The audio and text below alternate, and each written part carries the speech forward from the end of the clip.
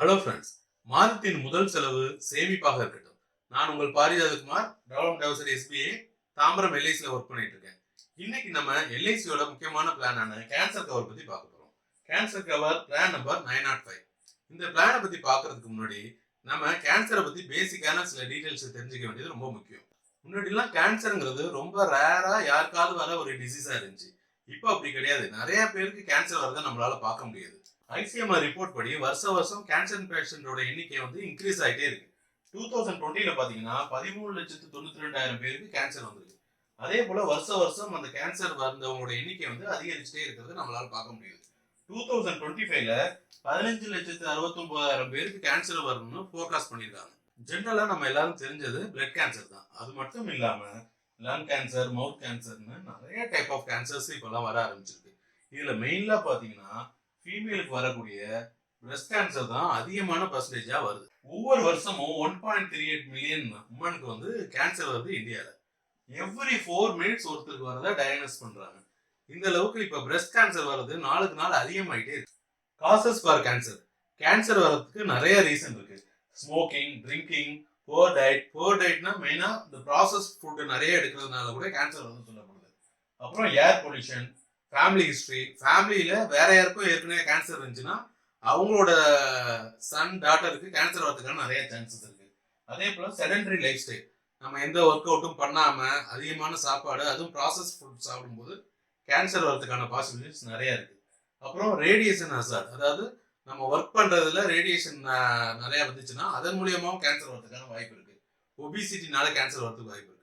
Chronicle diseases நமக்கு வேற ஏதாவது இருந்துச்சுன்னா அதன் மூலியமாவும் நமக்கு கேன்சர் வரதுக்கு வாய்ப்பு இருக்கு. ஸ்மோக்கிங், ட்ரிங்கிங் இந்த மாதிரி எந்த ஹேபிட்டுமே இல்லாம ப்ராப்பரான லைஃப் ஸ்டைல் இருக்கிறவங்களுக்கு கூட கேன்சர் வருது. ஏன் சின்ன சின்ன குழந்தைங்களுக்கு கூட கேன்சர் வருது. அது மோஸ்ட்லி ஜெனட்டிக்கா வர்றதுனால இருக்கு.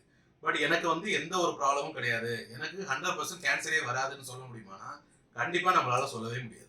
நமக்கு கேன்சர் வரதை நம்மளால அவாய்ட் பண்ண முடியலனாலும் சப்போஸ் வந்துடுச்சுன்னா அந்த ட்ரீட்மெண்ட்டை மீட் அவுட் பண்றதுக்கான எக்ஸ்பென்ஸை நம்ம ரெடி பண்ணிக்கலாம். ஏன்னா ஹாஸ்பிட்டல் எக்ஸ்பென்ஸ் ரொம்ப ஹியூஜ் எக்ஸ்பென்ஸ் கேன்சருக்கு. நம்ம லைஃப் டைமா சேர்த்து வச்ச மொத்த அமௌண்ட்டும் போறதுக்கான வாய்ப்பும் இருக்கு. இதை அவாய்ட் பண்றதுக்காக எல்ஐசி ஏற்படுத்தி கொடுக்குற ப்ரொவிஷன் தான் எல்ஐசி கேன்சர் கவர். இப்போ இந்த பிளானோட பேசிக் டீடைல்ஸ் பார்க்கலாம். இதுல சம் அஷ்யூர்ட் பாத்தீங்கன்னா மினிமமே 35 lakhs தான். Minimum 35 lakhs up to 34 years age இருக்கிறவங்க வரைக்கும் எடுக்கலாம். 25 lakhs சம் அஷ்யூர்டா 35 to 40 இயர்ஸ் உள்ளவங்க 25 lakhs கூட எடுத்துக்கலாம். 41 to 65 இருக்கிறவங்க மினிமம் சம் அஷ்யூர்ட் 15 lakhs வரைக்கும் எடுக்கலாம். ஆனா மேக்ஸிமம் சம் அஷ்யூர்ட் 50 lakhs வரைக்கும் அலௌடு. 35 to 50 வரைக்கும் என்ன சம் அஷ்யூர்ட் வேணாலும் அவங்க எடுத்துக்கலாம். இந்த ஏஜ் பாத்தீங்கன்னா minimum age entry age 20 years, maximum 65 years வரைக்கும் எடுத்துக்கலாம். அதே போல பாலிசியோட டேர்ம் பாத்தீங்கன்னா minimum term 10 years, maximum term 30 years. ஜென்ரலா கேன்சர் கவர் பிளானை முடிஞ்ச அளவுக்கு லாங்கர் டேர்ம் எடுக்கிறது தான் பெட்டர். இந்த பிளான்ல 2 ஆப்ஷன் இருக்கு. ஆப்ஷன் 1 சம் அஷ்யூர்ட் என்டையர் டேர்முக்கும் ஒரே சம் அஷ்யூர்ட் இருக்கும். ஆப்ஷன் 2ல every year 10% sum assured increase ஆயிட்டே இருக்கும். இந்த மாதிரி 2 ஆப்ஷன் இதுல இருக்கு. இதை இப்போ ஒரு எக்ஸாம்பிளோட பார்க்கலாம். ஃபர்ஸ்ட் ஆப்ஷன் 1 எடுத்துக்கலாம். இந்த எக்ஸாம்பிள்ல ஏஜ் 30 இயர்ஸ் எடுத்துக்கலாம். சம் அஷ்யூர்ட் 35 lakhs, பாலிசியோட டேர்ம் 30 இயர்ஸ். ஜென்ரலா ஏஜ், சம் அஷ்யூர்ட், டேர்ம் இது மூணையும் பேஸ் பண்ணி தான் பிரீமியம் அரே பண்ணுவோம். இந்த கேஸ்ல மேலுக்கும் ஃபீமேலுக்கும் பிரீமியம் வேரி ஆகும். ஏன்னா females are more prone to cancer இல்லையா, அதனால அவங்களோட பிரீமியம் ஜாஸ்தியா இருக்கும். அதை இப்ப பார்க்கலாம். இப்ப மேலுக்கு பிரீமியம் பாத்தீங்கன்னா இயர்லி 7,681 ரூபா வரும். ஆஃப் இயர்லி பாத்தீங்கன்னா 3,917 ரூபா பிரீமியம் வரும். இதே ஃபீமேலுக்கு பாத்தீங்கன்னா இயர்லி 13,333 ரூபா வரும். இந்த பிரீமியம் பாத்தீங்கன்னா இயர்லி பிரீமியம் ஆஃப் மேலை விட ஜாஸ்தியா இருக்கும். அதே போல ஆஃப் இயர்லி பாத்தீங்கன்னா 6,022 ரூபா பிரீமியம் வரும். இந்த மோட்ல ஏதாவது ஒன்று செலக்ட் பண்ணி அதை பே பண்ணா பாலிசி கமெண்ட்ஸ் ஆயிடும்.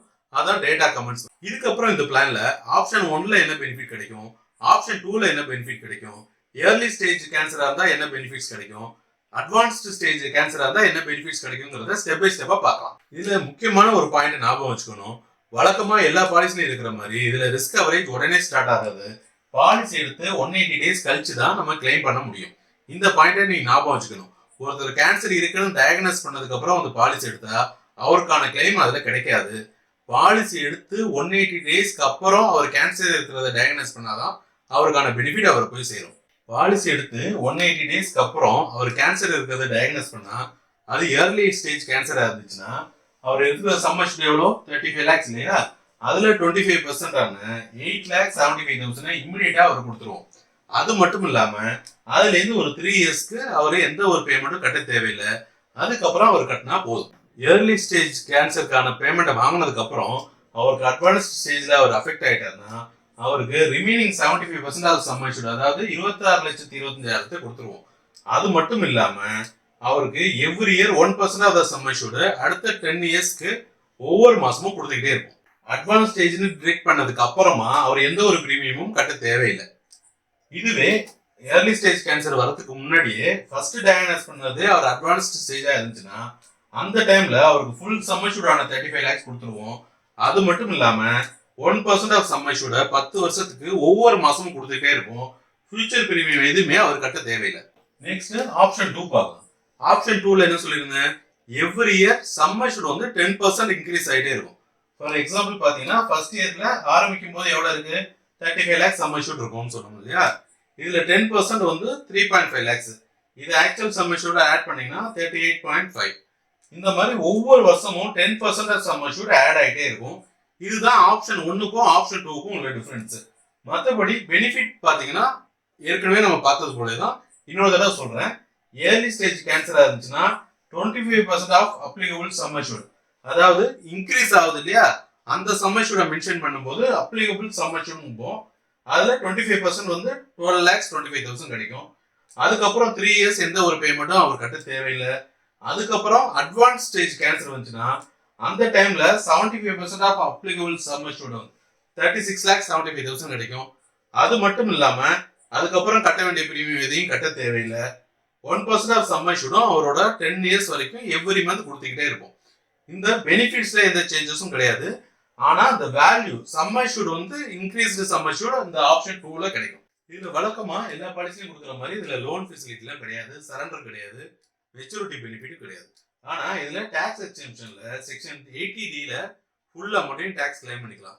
ஜெனரலா 80C அப் டு 1.5 lakhs வரைக்கும் கிளைம் பண்ணுவோம் இல்லையா, அது இல்லாம கேன்சருக்கு அவருக்கு என்ன பிரீமியம் பே பண்றாங்களோ இதை செக்ஷன் 80D நம்ம கிளைம் பண்ணிக்கலாம். செப்பரேட்டா இது இந்த செக்ஷன் வரும். அதனால ஆல்ரெடி 1.5 lakhsல கவர் ஆயிடுச்சுன்னு சொன்னாலும் நம்ம இதுல கவர் பண்ணலாம். Next unique selling point of cancer cover. இதுல இருக்கிற பாயிண்ட்ஸை ஸ்டெப் பை ஸ்டெப்பா சொல்றேன். பாயிண்ட் நம்பர் 1, இது எக்ஸ்க்ளூசிவா கேன்சருக்குன்னே இருக்கிற ஒரு பாலிசி. ஜென்ரலா ஒரு மெடிக்ளைம் எடுத்துட்டு அதுல கவர் பண்ற மாதிரி இல்லாம இது கேன்சருக்கு மட்டுமான பாலிசி. அதனால இதுல எல்லா டைப்பான கேன்சரையும் கவர் பண்ணுவாங்க சிங்கிள் பாலிசில. யூஎஸ்பி நம்பர் 2, இந்த பிளான்ல மேக்ஸிமம் சம் அஷ்யூர்ட் 50 லட்சம் வரைக்கும் எடுக்கலாம் இல்லையா. 50 லட்சம் வரைக்கும் எடுத்தாலும் இதுக்கு மெடிக்கல் எக்ஸாமினேஷன் தேவை கிடையாது. ஸ்ட்ரெயிட்டா இந்த பாலிசியை எடுத்துக்கலாம். ஏற்கனவே சொன்ன மாதிரி 180 டேஸ்க்கு அவங்களால எந்த கிளைமும் பண்ண முடியாது. 180 டேஸ்க்கு அப்புறம் ஏர்லி ஸ்டேஜ் கேன்சரா இருந்தாலும் சரி, அட்வான்ஸ்ட் ஸ்டேஜ் கேன்சரா இருந்தாலும் சரி, அவங்க கிளைம் பண்ணி வாங்கிக்கலாம்.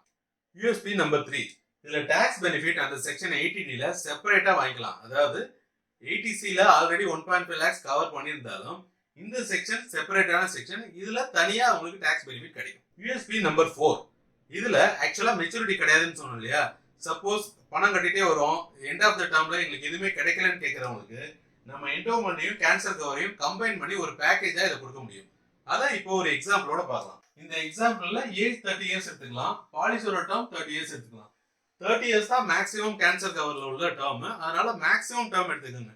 ஏன்னா எப்ப கேன்சர் வரும்னு சொல்ல முடியாது இல்லையா, அதனால இருக்கிறதுலே மேக்ஸிமம் டேர்ம் எடுத்துக்கிறது நல்லது. சம் அஷ்யூர்ட் பாத்தீங்கன்னா கேன்சர் கவர்ல 35 lakhs சம் அஷ்யூர்டும், என்டோமெண்ட்ல 1.5 lakhs சம் அஷ்யூர்டும் எடுத்துக்கிறோம். என்டோமெண்ட் பிளானோட டீடைல்ஸ் ஏற்கனவே நம்ம சேனல்ல போட்டிருக்கோம். அதை பாத்தீங்கன்னா இந்த பேக்கேஜை உங்களால கொஞ்சம் கிளியரா புரிஞ்சுக்க முடியும். இந்த பிளான்ல கேன்சர் கவர் என்டோமெண்ட் ரெண்டுக்கான பிரீமியத்தையும் சேர்த்து பே பண்ணணும்.